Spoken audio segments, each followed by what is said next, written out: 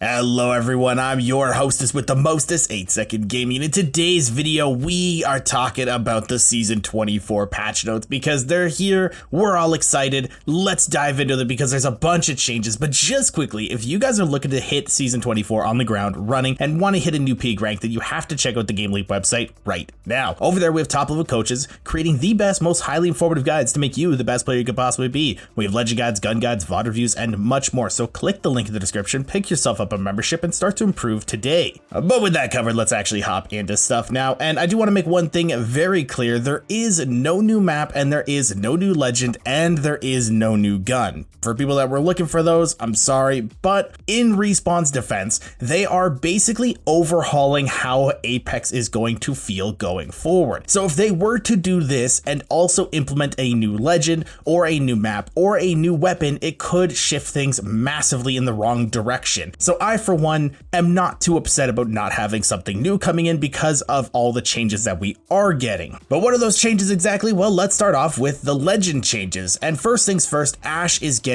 a huge buff. Ash is getting a brand new passive called Predator's Pursuit. This is an omnidirectional short range dash. The best way you could think of this is basically a tap strafe. They are implementing tap strafing into Ash's kit probably to try to level the playing field between controller players and mouse and keyboard players. Controller players weren't able to tap strafe before, now they can, so maybe there's going to be a little bit more give and take for the M and K versus controller debate. But I do really like this change for Ash because it's going to give her an extra layer onto her kit to help her close the gap on a tethered target or also help her be a little bit more elusive and be able to get away when her ultimate is down. And speaking of her ultimate, they are changing it so it's a little bit better to use. There's more quality of life. It goes further, travels faster, and the endpoint detection has been improved, so it's a little bit easier to actually use it and not have it go like 5 feet in front of you because that has happened to me before and it is very annoying. Now they also have changed the upgrades on her level 2 and level 3. Firstly, her level 2, the blue perks,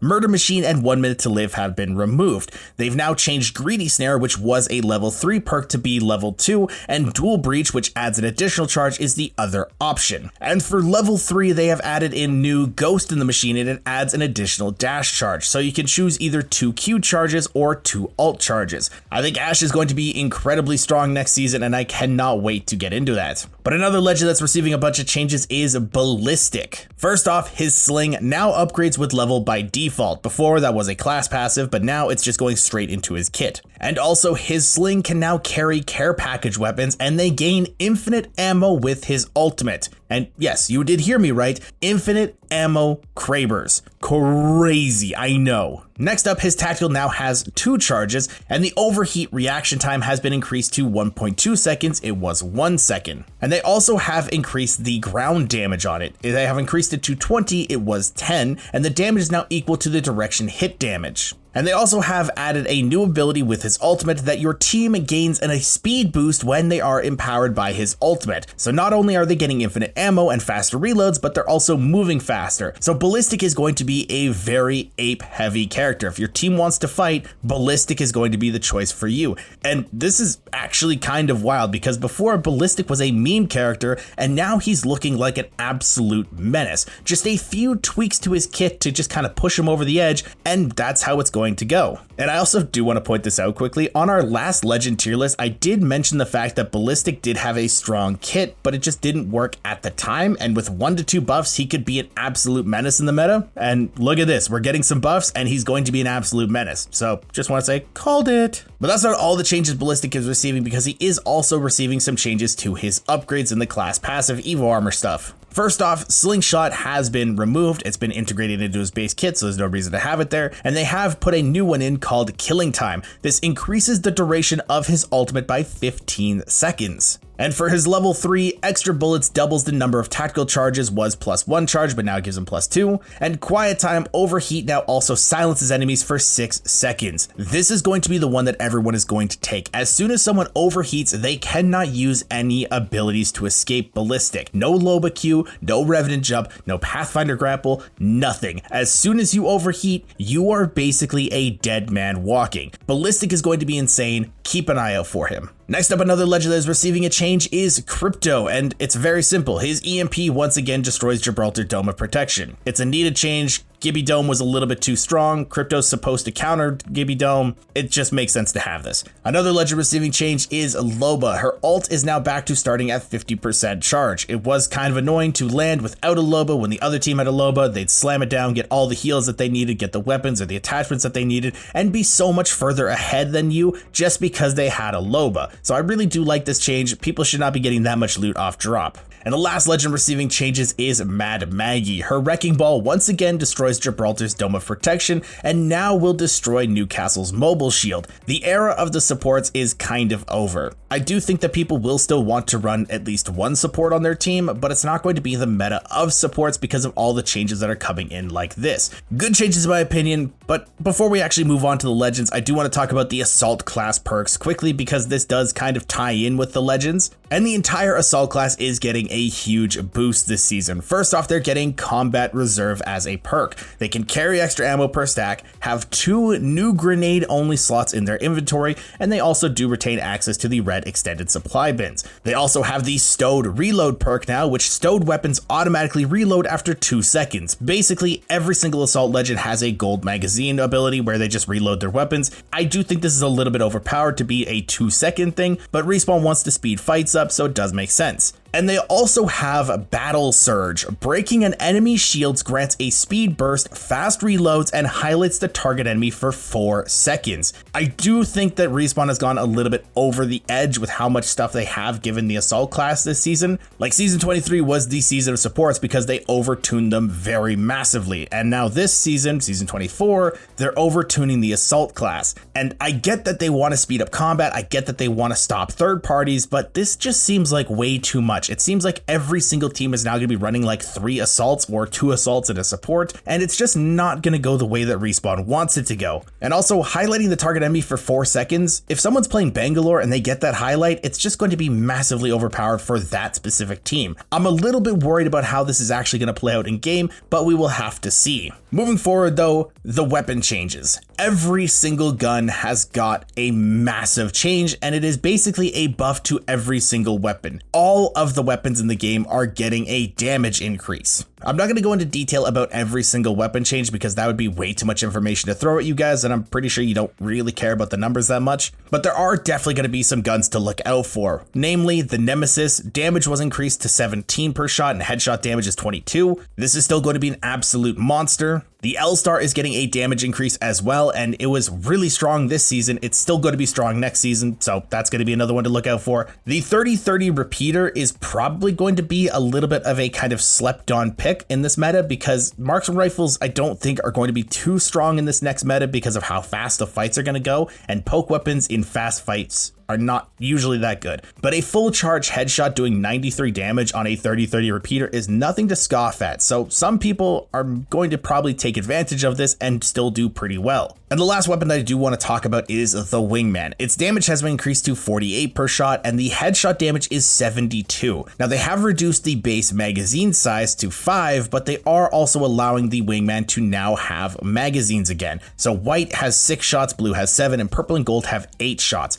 So 8 shots in a Wingman with the stray speed, with the fast paced fights might actually be really good. And with purple armor being the highest armor that you can get, I do think that the Wingman is going to come back into the meta somewhat this season. Now, as for the care package weapons, the R99 is coming out of the care package and the Peacekeeper is going into the care package. Now, the R99, the damage has been decreased from 14 to 13. It no longer has damage fall off. The ADS stray speed has been normalized to other SMGs and no longer eliminates movement penalty when equipped. And the recoil has also been increased. So they're just balancing it to go back on floor loot. But for the Peacekeeper, the damage per pellet has been increased to 12, it was 9. Headshot damage is 135 when you hit all pellets. The choke speed has been increased and fully choked blast pattern is significantly tighter. With this, paired with a Ballistic who can throw this in his sling and have infinite ammo sliding in on somebody, probably going to be pretty dangerous. This was kind of reminding me of the old school Mastiff back when it was the care package weapon, and also the Peacekeeper back in season 3 when you could one-shot somebody. This is going to be kind of reminiscent of that. Now moving forward, we can kind of talk about a few random things, and the first thing that I want to talk about is the map rotation. For pubs, we're going to see KC, Olympus, and Broken Moon, and for ranked, we're seeing KC, Olympus, and Stormpoint. Ranked is going to be an absolute mess this season. Kings Canyon and Olympus, for this fast-paced fighting style of season, I'm a little bit worried about. KC was already just, before the first ring closed, everyone was already dead. This is going to make it even worse this season. So on KC, those are the days where you could really get those top 5 streaks going and earn a lot of RP just based off of that. Olympus is going to be the same stuff that Olympus has been. It's going to be absolutely awful. People aren't going to rotate. People are going to die early. Same stuff. Stormpoint, I'm a little bit curious to see how this does play out because Stormpoint is big. There's a lot of opportunity for isolated fights. So there's going to be a lot of times where you can take those fast-paced 3v3s, wipe a squad before a third party can even come, and rack up a ton of KP without really having any downsides because of how fast these fights are supposed to go. And I do know that Stormpoint isn't everyone's favorite map in the game because they think it is too big, but me personally, I think Stormpoint is one of the best maps in the game for ranked, and I am really excited to see how this does play out this season with the new changes to the combat. But now we can move into the next thing, which is ammo and attachments. And starting off, we have the hop-ups. Now, Hammer Point has been removed from the loot pool, and this is a sad day for me because I do love Hammer Points. But with purple armor being the highest evo you can get without the mythic helmet, I do understand that Hammer Points would be way too strong. And I think we all remember how good the Mozambiques were with the Hammer Points before they got nerfed. It would kind of be the same as that. They would take over the meta, it just wouldn't be good. So I'm sad to see Hammer Points leave, but I understand it. Next up, gold magazines. The time to reload while stowed has been decreased to 2 seconds. It was 5 seconds. So if you have an assault legend on your team and they open up a gold magazine, they're probably going to give it to the other people on their team so that they also have the stowed reload time. This is just going to make things way too fast paced, in my opinion. I think that gold magazines should stay 5 seconds. There should be some downside to having a gold mag instead of an assault legend, but that's just my opinion. Next up, the optics. The 1x holo, the circle one, that has been removed from the loot pool. I don't think anyone's favorite sight was the holo optic. I don't think people took that over the red dot most of the time. You only really took the holo if you couldn't find anything else. But I do think that this is a good option because the holo wasn't really that good of a sight and it just cluttered up the loot pool. Them removing stuff like this from the loot pool I think is a good idea. And also the replicator has reduced the amount of ammo to 1 stack per weapon. Before it was 2 stacks. I don't really think this is that big of a change. I don't know why this was really implemented. I don't really understand it, but you can also still trick the replicators if there's the same weapon sitting around somewhere. So if you have a heavy gun that you want ammo for and there's like a prowler sitting around next to you, just drop your other weapon, have 2 heavy weapons, craft the stuff in the replicator, and you get 2 stacks that way. Moving forward though, we have the gameplay updates, and these are pretty exciting. First off, the arsenals. These are stations across every single POI on the map with fixed locations. And the ammo type does randomize each map, so you can't just pretty much game where you're going every single time. You have to basically pick and choose which arsenal you want to go to. So sometimes it might be a sniper arsenal, sometimes it might be a light arsenal, sometimes it might be a heavy arsenal. And it has been equipped with an enhancing terminal that upgrades 1 weapon matching the ammo type per arsenal, and enhancing grants an upgraded attachment and provides an optic if one is missing. So you can basically pick and choose the attachments that you want for the weapon that you want. And I do think that the energy arsenals are going to be highly fought over because the L-Star and picking up basically an L-Star with a purple mag every single time is definitely going to be very strong. The arsenals are going to be a little bit interesting. I am hopeful for these. They do sound kind of cool. They are removing a little bit of RNG from the game and making it a little bit more consistent. That's a good thing in my opinion, but we'll have to see how this goes. But now we can move into the healing items, and they have sped up healing a little bit. Cells now take 2.5 seconds to complete, while before they were 3 seconds, and syringes now take 4 seconds, and before they were 5 seconds. Cells and syringes also now stack up to 6, and players now start with 4 cells and 4 syringes. It used to be 2 each. Battery and medkit spawn rates have also been slightly increased. This is an interesting change in my opinion. This change is the main reason as to why supports did lose the double healing ability, but I do think this is a good change overall. Having everyone on more of an equal playing field when it does come to selling and syringing, again, is a good thing, and making them a little bit faster is going to keep those fights a little bit faster paced. You have to really think out your pushes. If you know that a person is cracked and they have time to sell, it's just gonna be a little bit different. But with how fast paced these fights are going to be in the near future, I'm not really sure how good cells and syringes are going to be in fights versus batteries and medkits and stuff like that, but again, we will have to see. Moving forward though, helmets. White, blue, and purple helmets have been removed from the loot pool, and players no longer start with a white helmet. Again, a good thing. Removing stuff that is not needed out of the loot pool is fantastic. I'm really excited for this change. Now, next up, the gold helmet. It has been reworked into a gold armor upgrade helmet, and this offers improved minor healing perk that doubles the output of cells and syringes. So what supports did last season, where they'd pop a cell or a syringe and it would heal double, that's what it's doing here. It also sets the player's armor to 100 regardless of their level, but you will still need to do the damage or level up your armor in order to get the benefit from it for your class passive perks off the Evo armor. This also does no headshot damage reduction and has a chance to appear in gold bins after bin reset. Now, I'm not a big fan of them doubling these cells and syringes, especially with them being faster to use, but it is going to be very apparent when someone does have this. So if you get into a team fight, you can easily single out the person that has gold armor so that you know who's going to be healing faster, and that is going to allow your team to kind of set yourself apart from other players. If you have good communication and good team synergy, you can get this person out before they have the ability to really use that.